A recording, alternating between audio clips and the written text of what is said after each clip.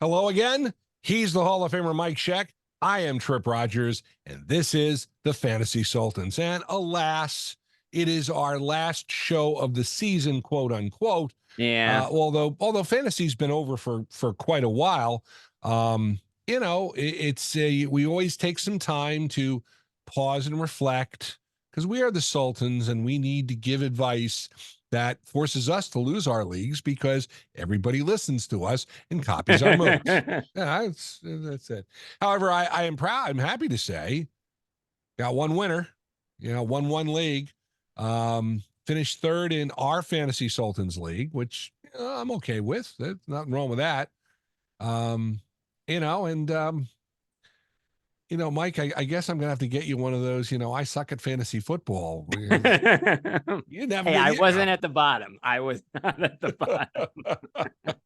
I know it wasn't good in Sultans, but I was not at the bottom.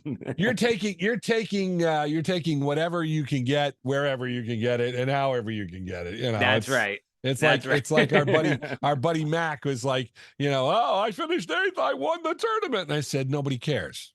Nobody cares. True. His birthday gift is going to be an I suck at fantasy football t-shirt. I'm telling you right now, I am that bad of a person. Mike, it's been a month since we've talked. And when we last spoke, there were three things I thought would happen. Number one, Bill Belichick would have a job within a day. Number two, Dallas would fire Mike McCarthy. Mm-hmm. Number three, the Eagles would fire Nick Sirianni. Well, kind of missed on all three. Yeah. And I think it is fascinating. The other part of it was, and I said this on the air, I said, look, I think the Eagles and the Cowboys, it's monkey see, monkey do. If one doesn't fire their coach, the other's not going to fire their coach. If the one fires the coach, the other's going to fire the coach. And that's essentially what happened. Jerry Jones said, Mike McCarthy's back. I don't know if that's the greatest thing in the world, the sliced bread, because they lose Dan Quinn, who goes to the Washington Commanders. And Nick Sirianni's back in Philadelphia after firing both his coordinators. Yeah, and Tripp, I'll say this about Sirianni. I think his saving grace was firing his two coordinators, offense and defense, because otherwise I think he would have been out the door. Well, I think the problem, and listen, it's an optics thing, and Sirianni's team has looked awful. Now, he was in the Super Bowl last year, so you've got to put that in perspective. Doug Peterson at least got 2 years, but I think Sirianni, if he does not do well this year, is going to be gone. I think Mike McCarthy's going to be gone too. Jim Harbaugh going to the Chargers, really no surprise. We said that was a job. That was a good job. Yeah. And that's really no surprise. I think the fact that Ben Johnson, evidently did not interview well with the Commanders and turned him down and stayed in Detroit. I mean, how bad we were talking just before we started, and I didn't think of this. And but we're talking about that first game. Philadelphia Eagles will be playing in Brazil. And I just realized, I think maybe it's the Detroit Lions. If they're on the schedule, I bet you they go there, because I think it's a designated Eagles home game. So I think Detroit, how good of a first game would that be? Well, that would be. I think. Yeah. And you talked about Baltimore, but Baltimore, I think they're away for Baltimore. I'm looking at the Eagles schedule just now. So They play Atlanta at home. They play, of course, they play Washington, the Giants, and Dallas. Maybe even Dallas might be the game. Might be the Eagles and Dallas. I would. You're right about that. The NFL wants to make a splash, but I just thought of Detroit just popped into my head. And I'm saying, wait a minute, Detroit. That was the story of the year last year. I listen. Say this, Detroit probably going to have one of the featured games opening weekend. I mean, I don't think they'll play Thursday night, but you got to believe Detroit's going to play Sunday night or Monday in the doubleheader. Or Monday night, I don't think they'll do a doubleheader, but Monday night. You understand what I'm saying here? I mean, that is, but again, and that's next year. Okay, we got to deal with other things. What else is on the top of your mind, Mr. Sheck? Well, I'll tell you what else is on the top of my mind when we talk about coaches, though. I want to talk about Atlanta because they were pursuing Bill Belichick. You mentioned Belichick. They're also pursuing Harbaugh, who's now went to the Los Angeles Chargers. But, I think the biggest thing to me, it's a 7-letter word in Atlanta: control. That was pretty much what it came down to. I mean, much like Jerry Jones, the former Dan Snyder, David Tepper, Arthur Blank is also a meddling owner. He wants his hands in his team. And to me, that was just not going to work with Jim Harbaugh, because we know that Harbaugh has an ego. And you need to have a coach and an owner on the same page. And when they're not, you're going to have problems. So I think that's the reason why you didn't see Harbaugh. And the same thing with Belichick. Belichick had control of the team. The GM, of course, Belichick has made some questionable decisions over the past few drafts, NFL drafts, including Mac Jones.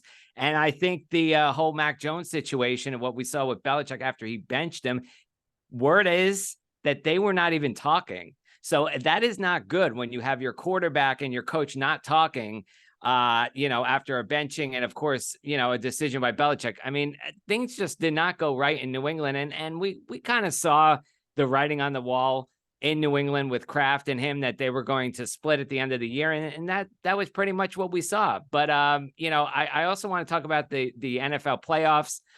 Baltimore had some chances here to get to the Super Bowl, but I'll tell you what happened in that AFC title game. Turnovers killed them. They had a turnover at the goal line, which was a touchdown, gave away 6-7 points there. You had Lamar throwing an interception on a key drive that they were driving down the field with Kansas City. It was a close game, but nevertheless, turnovers will kill you. So Baltimore is a team that, we kind of thought maybe they were going to go to the Super Bowl, but of course, turnovers killed them. Kansas City, I said, you never know about them. They're, you just can't rule them out. To me, they're like the new New England Patriots. I mean, they're just a team that you never count out. You never counted out Tom Brady, and you're not going to count out Patrick Mahomes. So I think in my predictions for who's going to go to the Super Bowl, I think I said Kansas City, keep them in the rearview mirror. I also said Buffalo was a team to watch, but of course, Buffalo, they had their share of mistakes. And of course, Tripp, you must have been loving wide right. You must have loved that one. There we go, Giants, baby. And then on the NFC side, I do want to talk about Dallas. We were all in on Dallas, but you know what? Then again, they're Dallas because they showed up at the wrong time yet again. I don't think that Dak Prescott is a quarterback that can lead the team to the Super Bowl and let alone win a Super Bowl. I don't think he's the right quarterback for Dallas. And I don't think, like you mentioned, Mike McCarthy is the right coach in Dallas either. I have a funny feeling you're right. I agree. He will probably be out the door next season if things don't turn out the way they should. And I don't think they will because, Jerry Jones is getting older and he says, hey, we want to win. But you know what? You don't have the right personnel in Dallas right now, I don't think. And, it starts with the quarterback, and I don't think Prescott's the one. I think Dallas, you see them in the regular season and they look like world beaters and gangbusters.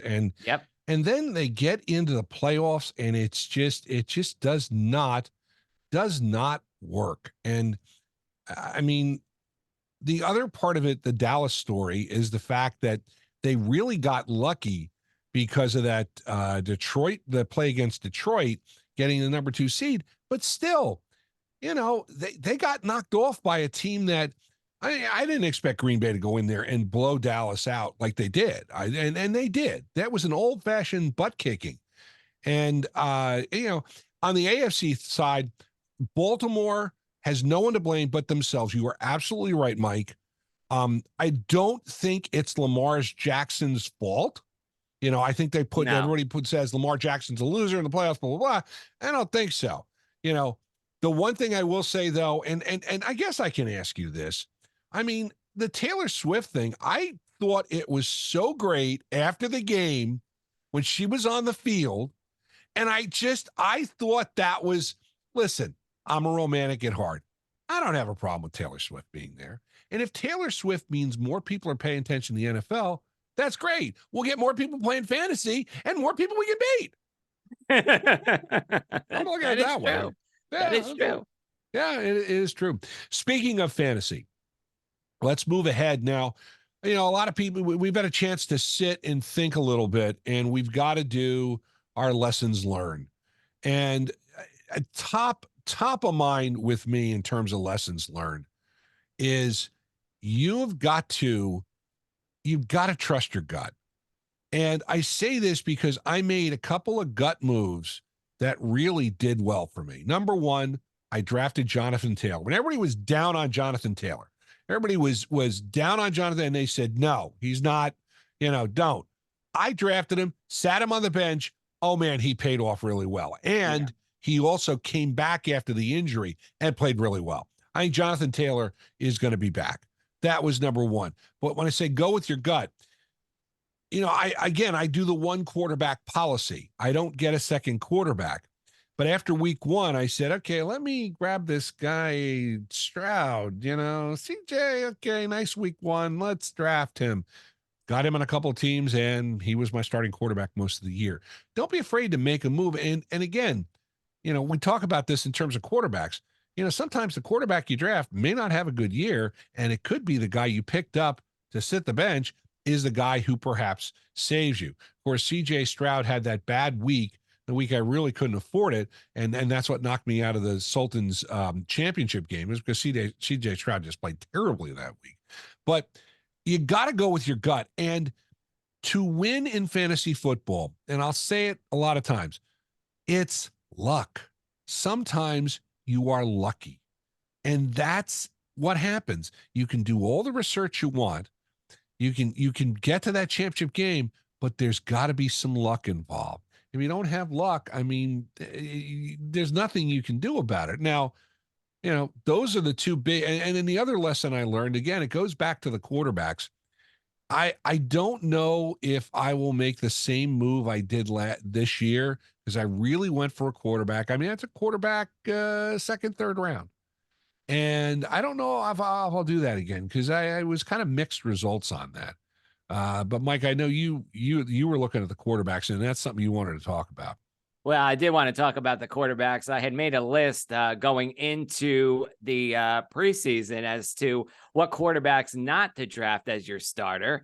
And I'm going to review this list right now. And I'm going to say at the top of my list was Desmond Ridder in Atlanta. And I think I was right about that one. I mean, that was just plain and obvious that, I don't think that he's the right quarterback for Atlanta. Things haven't been right. But of course, the coach situation with Arthur Smith, and now, with him being fired, and now a new coach coming in, Raheem Morris, could change things around a little bit for Ridder, but I still don't know that he is going to be the future of Atlanta. And for a fantasy quarterback, he didn't put up very good numbers. Number two was Sam Howell in Washington. Now, again, started off good and then kind of fell off the bottom. So, I think I was right there about that one. Ryan Tannehill in Tennessee, my thinking there was he's just a game manager. And that's pretty much what he's been over the past few years. I mean, anybody that's taken Ryan Tannehill as their quarterback knows that he has not done well the past few years. I think you've got to go back to even the mid 2010s or late 2010s for him to have a good significant fantasy impact. Yeah. Fantasy impact there. I also said CJ Stroud, which I was totally wrong on. I said as the top rookies, the one to draft would be Bryce Young. I was wrong about that one as well. But you never know, because, I'm going to take this as the Ben Roethlisberger, the Eli Manning, and the Phillip Rivers of 2004 when they were drafted. All right. Those were big names that came out of the NFL draft. Here are three big names coming out of the NFL draft last year: CJ Stroud, Bryce Young, and of course, Anthony Richardson. We'll see what pans out there. I mean, Richardson got injured, so you can't say a lot there. We don't know much about him. He only played 13. But he was, but again, you saw enough with him. And I think you saw enough with him. I think they're headed in the right direction, but I don't know. Again, part of it is, I don't know free agency is going to change it. With teams are going to change it too. I think the jury. I think Richardson will be pretty good. I think there's a chance for Bryce Young, but it's going to depend on how Carolina can do with a new coaching staff again. And I don't know. I'm sorry, Mike, but I think the Carolina, the ownership is just, that's part of the problem there. And you mentioned Arthur Smith, by the way, or excuse me, you mentioned Arthur Blank in Atlanta. I think Arthur Blank is not a meddling owner. I don't think Jeffrey Lurie is a meddling owner, but they have people who they believe in. And those people, I think that's the reason why, Belichick didn't go to Atlanta, because he's got guys in there that he wants to be in charge. In Philadelphia, Jeffrey Lurie will speak his mind, but Howie Roseman is his guy. Brought him a Super Bowl. So Howie Roseman can do no wrong. You see what I'm saying? I think that's part of it. And, the other thing, just quickly flipping back to Belichick, I think the other part of it is the teams want a coach who's going to be there for a while and build something. Yeah. And we're not talking, listen, I mean, I was shocked. The coach in Seattle got a 6-year deal. 6-year deal. That means if he bombs out after 2, he's going to be paid for 4. Well, that's pretty much the same situation as Carolina. Look at what Matt Rule did. What was it, 6-7 years with him? Yeah, Frank Reich got a bigger deal. So, and these all these coaches are now being paid to sit the sidelines. Of course, Rule went back to Nebraska, but they're being paid, and that's a big thing.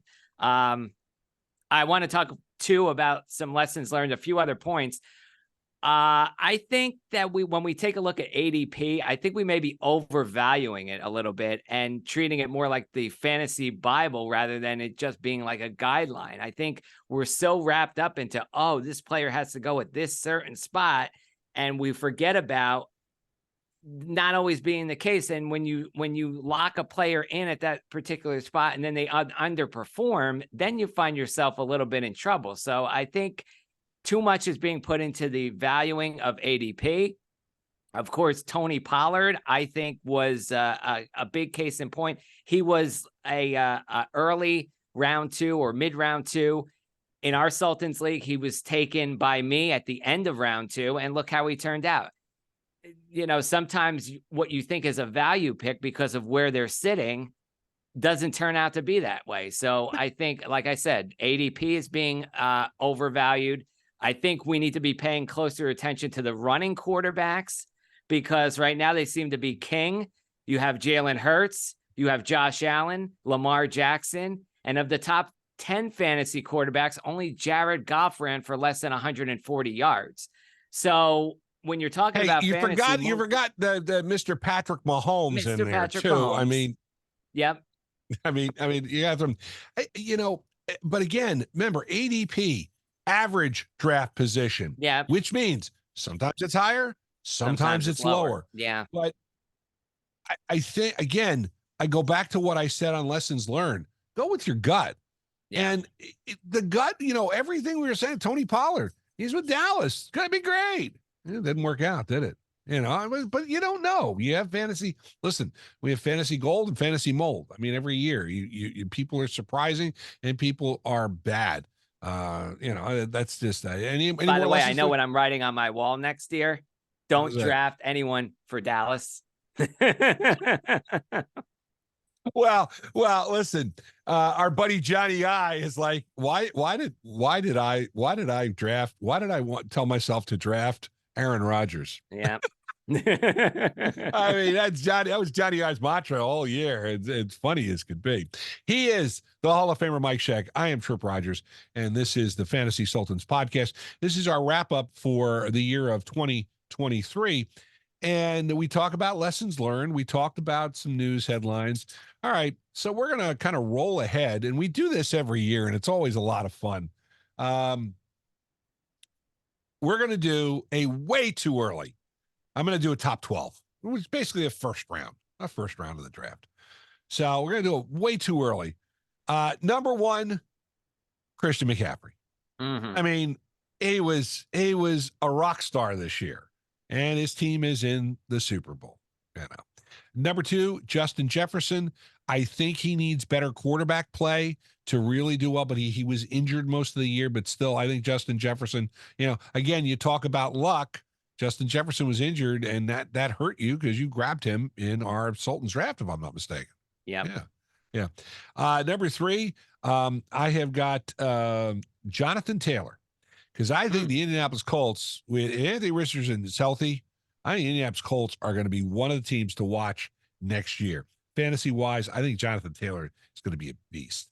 Number 4, Kyren Williams. Oh, boy. He was, I grabbed him after the first week of the season waiver wire. I drafted him. He was money. And I'll tell you, that Rams team is going to get better. I really think they're going to be something to watch next year, fantasy wise. Jamar Chase at number 5, and this is perhaps because T. Higgins may not be on the team next year. Yeah. And if Joe Burrow is healthy, I think Jamar Chase is going to have a bounce back year. Did not have a great fantasy year this year for the Bengals. Number 6, CeeDee Lamb for the Dallas Cowboys. Listen, I know you're not going to draft. You don't want to draft Dak Prescott. I agree. No Tony Pollard either. But you cannot deny CeeDee Lamb was worth his weight, and I had him on one team. He was great. Number 7, Breece Hall. Listen, the Jets have one goal in mind, and if Aaron Rodgers is healthy, and that's a big if, I think Breece Hall is going to be a fantasy monster next year. Number 8, we are going to go to Bijan Robinson. I think Atlanta's got the team. They just need a quarterback. And of course, you had Arthur Smith, who, well, good luck in Pittsburgh. I know some Steelers fans who are like, no, well, tough luck. You already hired him. I mean, that's the deal here.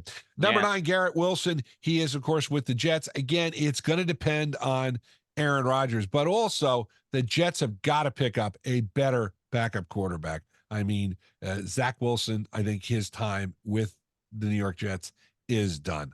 Number 10, Amon St. Brown. He was great. I mean, he was one of the reasons why Detroit was so good this year. Number 11, Tyreek Hill. And you may say, you might want to bump Tyreek Hill up, and I understand that, but I don't know how much of Miami's season was shock and awe, because again, I love Mike McDaniel's coach, love him to death, but their flame out in the playoffs and their flame out the last month of the season was concerning, just concerning.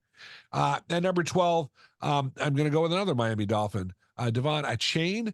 I think he was another one that was picked up week 1. I grabbed him week 1. He was great when he was in there. Injuries hurt him this year, but I'm going to tell you something. That's my top 12. It's way too early. I'm going to save this just to see how it changes by the time we get around to August and we start doing our draft shows. Who do you have on your list? Well, I've got a top 5. I think it's kind of early to do a top 12, but hey, we have fun here at the Sultans, and I'm going to agree with you. Number 1's got to be Christian McCaffrey. He's my number 1 now. He'll be my number 1 when training camp starts, my number 1 throughout the preseason, and my number 1 at draft time, because I'll tell you what, last year I said he was the number 1 at this time last year as well. And then for some reason, Justin Jefferson snuck into the conversation.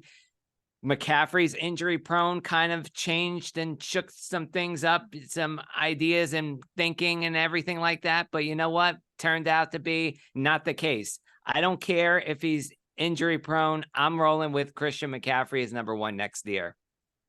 Number 2, and this might change actually come August, but you have him low on the list and I have him much higher, and that's Tyreek Hill of Miami. I think he had a spectacular season. 112 yards per game, 13 touchdowns, 1,700 yards. He's a deep threat ability. If Tua could stay healthy, which he did this past season, I think Tyreek Hill is in for another good year. Justin Jefferson, number 3, I think he could slide up to number 2 and kind of flip-flop positions with Tyreek Hill. But I will say this, Justin Jefferson should come back We'll have to see who the quarterback is. Kirk Cousins will be a free agent. Does Cousins stay in Minnesota, or does he move on to a new team? Who will be the quarterback in Minnesota if that is the case? Should be interesting to follow. We'll have to see about that. Jamar Chase in Cincinnati, he's my number 4. And while Justin Jefferson he survived the poor quarterback play, but Jamar Chase did not, with Joe Burrow being out. Joe Burrow, if he's back healthy, I agree with you, Tripp. I think those two are going to have a good year.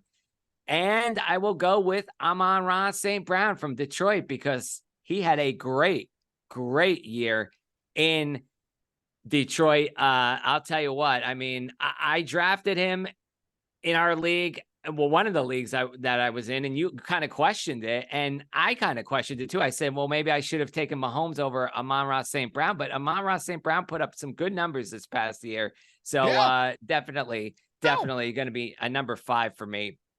One other player who could slide into the top 5, depending upon situation, is Breece Hall.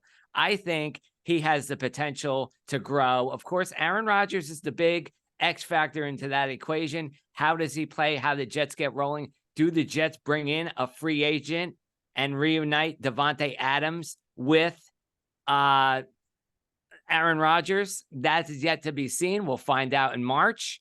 But for certain, I think Breece Hall is in for another good year.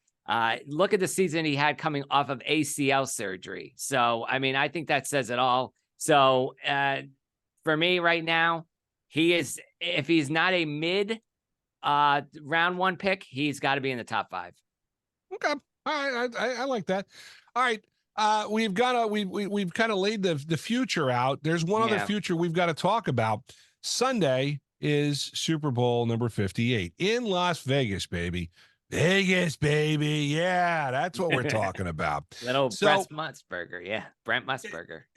Well, hey, listen, Brent gets him. And the other thing is, I know I'm looking forward to Super Bowl Sunday is the NFL Today. They're going to do a thing about the NFL Today, the history of the NFL Today. That's at 1:00 on Super Sunday. I'm looking forward to that. Brent's and the original cast. Brent's the only one who's still alive, and I was like, wow. That's interesting, too. Anyhow, we digress. Yeah, it's Vegas, baby, this week. Kansas City against the 49ers. Now, Kansas City is the defending Super Bowl champs. They are a 1.5-point underdog, and they have been an underdog since the 49ers won. And I'm kind of surprised. Yeah. Because if there's one thing I've learned in this playoff run, you do not bet against Patrick Mahomes. You don't. And here's another tidbit. And I heard this before. There have been in the playoffs, there have been 8 teams that have been underdogs in the divisional round and the championship round. And those 8 underdogs went on to the Super Bowl and won the Super Bowl. Guess who's number 9? Kansas City Chiefs. The 49ers are formidable. But I question when push comes to shove, even though Brock Purdy let them back in their divisional round, I question whether Brock Purdy can do it and whether the stage will be too big for him. And remember, Kyle Shanahan is the head coach. Yeah. He was the offensive coordinator for the Falcons. And, of course, they lost the Super Bowl a couple of years ago with Kyle Shanahan. I just think I think Kansas City is head and shoulders above. I'll go with Kansas City. I think it'll be a relatively interesting game. I'll go 28. I'll go 28-20. All right. And we know it's a super rematch of 4 years ago, which featured the same referee, the same head coaches, and the same stat line. Brock Purdy had a record of 21-5, which is the exact same record Jimmy Garoppolo had in his number of starts before the 49ers went into the Super Bowl with Kansas City for Super Bowl 54. Patrick Mahomes, this is his 4th appearance in 5 years. Sound familiar? Yeah, because we just saw a quarterback that retired a year ago doing kind of like the same thing. 10 Super Bowl appearances. Mahomes is less than halfway there, and he's only 28. So, I mean, if Mahomes plays till 40, now we don't know how long Mahomes is going to play for, but if he plays for at least 40, he could meet or exceed Tom Brady's record of 10 Super Bowls. I mean, that's how good this guy is. He finds himself in the championship each and every year, in the AFC championship or close to it. And realistically, he could be playing in his 4th Super Bowl if it wasn't for the blown lead to Cincinnati a couple years back. They had that big 21-3 lead. So, I mean, you know, you want to talk about Mahomes. He is the next Tom Brady. That's for sure. That's for certain. I mentioned the Kansas City Chiefs kind of being like the next New England Patriots. Again, on the other side of it, you mentioned Brock Purdy, big stage for him. He's shown up before. He started 8-0 as a starter. And then, the wheels fell off against the Eagles in the NFC Championship game after he got injured, and the 49ers went downhill going through quarterbacks.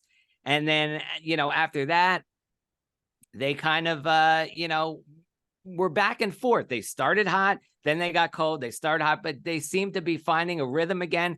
I think Christian McCaffrey's a huge part of that offense, and he needs to have a big game. Kyle Shanahan needs to have the big game too from his play calling. But you know who else has been stepping up? Steve Spagnuolo of the defensive coordinator for Kansas City. He's been calling the right plays at the right time. We questioned Kansas City late in December. They didn't look good at all, but look how good they look now, turning it around. I think Kansas City is going to win the game by a touchdown late in the game. And oh, by the way, guess who makes the touchdown call? Yeah. I think who makes the touchdown catch. Wild prediction here, Giants fans. You guessed it. No, Kadarius Toney. Kadarius Toney will come up in a big moment at the end of the game. 28-21, I'm going for.